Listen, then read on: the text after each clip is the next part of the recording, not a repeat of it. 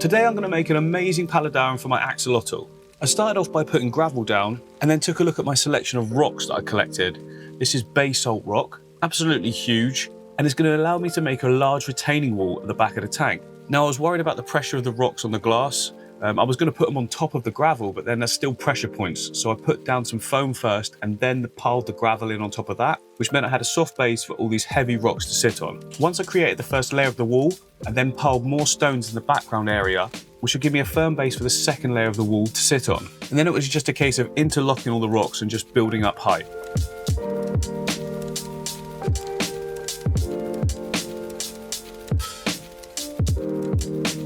I then placed in some wood on top just to see how it was sitting, and I actually really liked the design I came up with, so I stuck with it.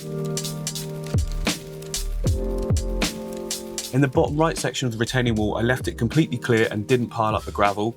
This is so that the water can go back there and be taken out by the filter, but you won't see any of the equipment. I then added a few more sticks for details and placed a nice natural sand in the foreground. Now, because there's an axolotl going in this tank, I had to make sure it was a nice fine sand because they sometimes like to eat it. Can't have any gravels or any decorative stones in this tank because there's a risk of swallowing and impaction. Sand won't impact in an axolotl's stomach, they'll just poop it out, but bits of gravel will. I then filled it up to roughly the point where I think the water line will sit, just to make sure it rose above the inlet of the filter in the back area, which it did.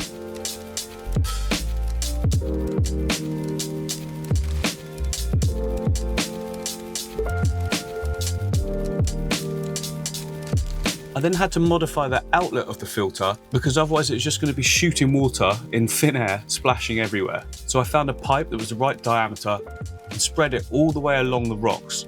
I used a hot glue gun to blank off the end of it because I didn't have anything else, and then drilled holes at intervals along it so it would spurt out the water at different points over the tank.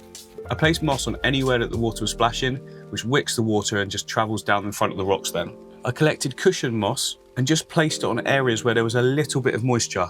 Cushion moss doesn't like huge amounts, and it worked really well actually. Later on, they all started sprouting out other little plants inside of them as well, and it's a very instant way of making the tank look amazing.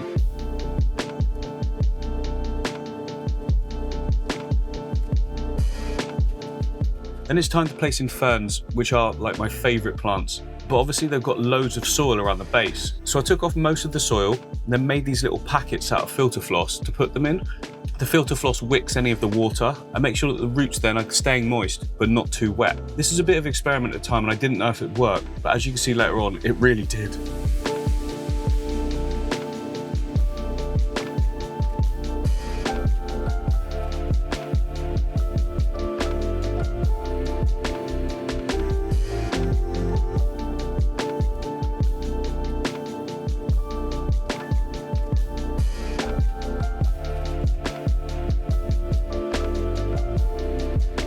I made enough of these fern pouches to cover most of the top area, but I know they're going to grow fast, so I need to leave space for them to grow into as well.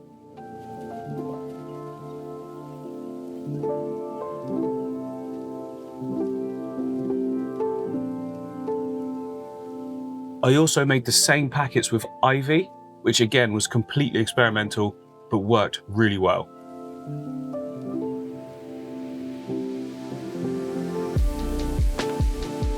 Now that the water was running properly, I could see exactly where the wet areas were and where they weren't. And I used traditional moss to go in the wet areas and then into the dry areas as a wick. Again, there's not too much moisture, and the moss just creeps over the rocks and locks on itself.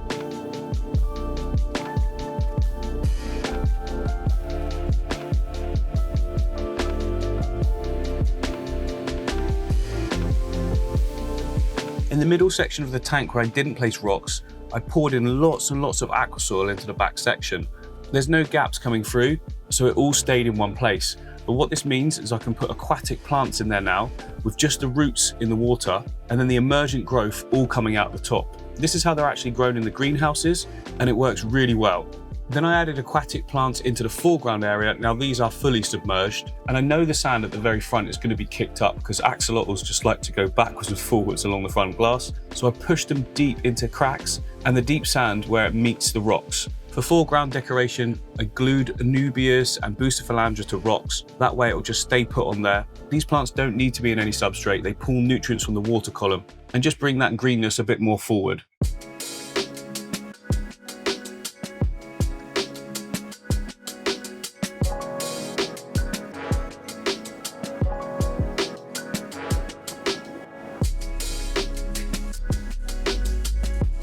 The aquatic plants that are in the sand at the moment don't have any nutrients, so I use nutrient tabs to make sure that their roots are going to get everything they need. And then it was time to move my Axolotl Pancho over to his new home. Now, he was in a much smaller tank than this to start with, just whilst he was growing a bit, so I think he was a bit shell-shocked when he first went in. Now don't worry, the tank isn't as bright as it looks on camera. When I filmed this, I only had my phone and it couldn't really differentiate, but there's tons of cover for him, and as you'll see, he's thriving within a few weeks. I also added pearl danios as a dither fish, but also something for him to chase. They're way too fast for him to catch, but they're also safe for him. If he does catch any, they don't have spines and are pretty similar to the sort of things they'll be trying to catch in the wild. Axolotls are ambush predators, so they wait nice and still until something like swims near their mouth and then grab it. You can see here 5 weeks later, everything has changed. The whole top section is chock-a-block with plants now. And Pancho's grown quite a bit as well. Gills have got really red, probably double the size of when I first put him in. Yeah, so here's the difference 5 weeks ago until now.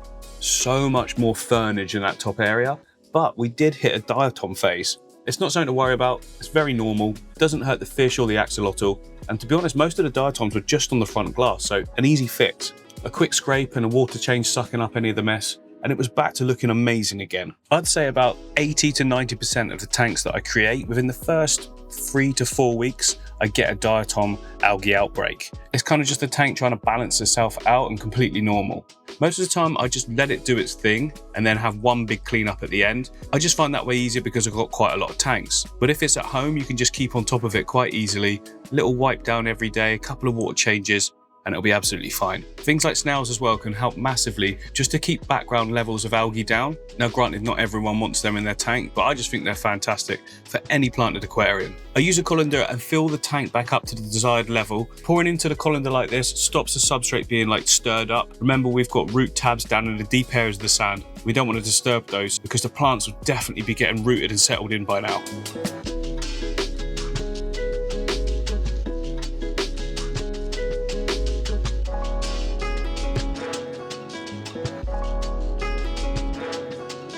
And here's the final result with Pancho absolutely loving the tank. At this point, I think Pancho was around a year old, and I had him for another year after this. Sadly, Pancho did pass away because many people recommended that I feed Pancho earthworms. Now, I think he got a parasite from some of the worms that I fed him, and I just couldn't cure him. Looking back, it was very annoying because when I was feeding Pancho bloodworms and axolotl pellets, he was growing absolutely amazing well. He looked so healthy. All his gills were bright red and flaring. And yeah, I should have just stuck with that. And if I ever get an axolotl again, that is what I'll do. I actually took Pancho to a specialist who looked after him for a while for me in an attempt to bring him back to health. But it didn't happen, unfortunately. But I'm glad I was able to give him an amazing tank and a really nice life whilst he was alive.